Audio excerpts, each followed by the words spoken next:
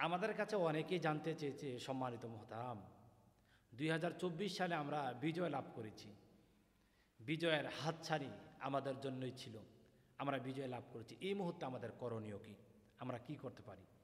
খুবই গুরুত্বপূর্ণ একটি কোশ্চেন ছিল, ভেরি ইম্পর্ট্যান্ট। আমি এই মুহূর্তে মনে করছি, আপনি যদি বিজয় নিয়ে কি কাজ করতে পারেন, বিজয় উল্লাস করতে পারেন কি পারেন না, এটা জানাই আমাদের অত্যাবশ্যক মনে করছি। মূলত বিজয় হলে বিজয় উল্লাস করা ইসলামে শোভনীয় নয়। আমরা যদি রাসূল আরবি সাল্লাল্লাহু আলাইহি ওয়াসাল্লামের মদিনা থেকে মক্কাতুল মুকাররমায় যখন রাসূল সাল্লাল্লাহু আলাইহি সাল্লাম আসলেন মক্কা বিজয় করবেন, রাসূল সাল্লাল্লাহু আলাইহি ওয়াসাল্লাম মক্কা বিজয় করেছেন বিনা রক্তপাতে।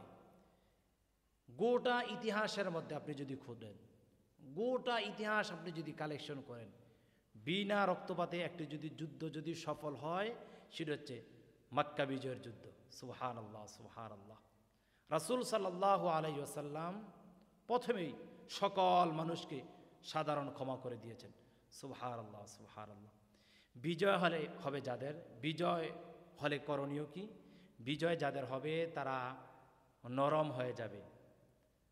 তাদের প্রবৃত্তি, কুপ্রবৃত্তি তারা দেখাতে পারবে না। অর্থাৎ আপনার কুপ্রবৃত্তি চায়, এতদিন যারা আমাকে জুলুম করেছে, নির্যাতন করেছে, আমরা তাদেরকে এখনই গ্রাস করে দেবো, এখনই মেরে তছনছ করে দেবো, ধ্বংস করে দেব।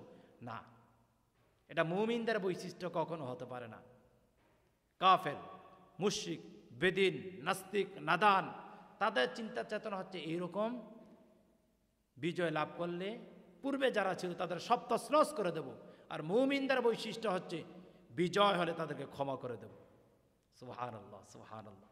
বাংলাদেশের মধ্যে একটি দল সবচেয়ে বেশি নির্যাতিত ছিল, নিপীড়ন ছিল, মাজলুম ছিল, অত্যাচারিত ছিল। কত জুলুম, কত নির্যাতন, কত স্টিম রুলার তাদের উপরে চালিয়ে দেওয়া হয়েছে, সেটা বর্ণনা করে শেষ করা যাবে না। সেই দলের প্রধান বলেছেন, আজকে আমরা সকলকে সাধারণভাবে ক্ষমা করে দিয়েছি। সাধারণ ক্ষমা তাদেরকে আমি করে দিয়েছি।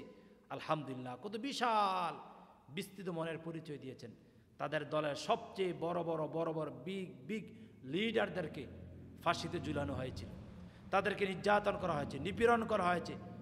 স্ত্রী থেকে স্বামীকে আলাদা করা হয়েছে, স্বামী থেকে স্ত্রীকে আলাদা করা হয়েছে, বাবা থেকে ছেলেকে আলাদা করা হয়েছে, ছেলে থেকে বাবাকে আলাদা করা হয়েছে। তারপরও তারা আজকে মানুষকে ক্ষমা করে দিয়েছেন। আমি বলছিলাম বিজয় হলে করণীয় কি? সূরাতুন নসর বিজয়েরময় সূরা, সাহায্যময় সূরা। এই সূরাতে আল্লাহ তাআলা বলছেন, ইদা জা নাসরুল্লাহি ওয়াল ফাth ওয়া রাআইতান নাস ইয়াদখুলুনা ফি দীনিল্লাহি আফওয়াদা ফাসাব্বিহ বিহামদি রাব্বিকা ওয়াস্তাগফির ইন্নাহু কানা তাওয়াবা। আল্লাহু আকবার। চমৎকারময় কথা। ইদা জা নাসরুল্লাহি ওয়াল ফাth, আপনি যখন দেখবেন মহান আল্লাহ সুবহানাহু ওয়া তাআলার পক্ষ থেকে বিজয় চলে এসেছে, ওরাইতান নাস ইয়াদখুলুনা ফি দীনিল্লাহি আফওয়াজা, মানুষগুলো দলে দলে ইসলামের দিকে প্রবেশ করবেন। সুবহানাল্লাহ। অর্থাৎ মক্কা বিজয়ের ঘটনা। তখন আপনি করবেন কি? অর্থাৎ বিজয় হলে ফাসাব্বিহ বিহামদি রাব্বিকা ওয়াস্তাগফির, আপনি মহান রবের কাছে ইস্তিগফার পাঠ করবেন, আপনি আল্লাহর তাসবিহ পাঠ করবেন, আপনি আল্লাহর প্রশংসা করবেন। সুবহানাল্লাহ।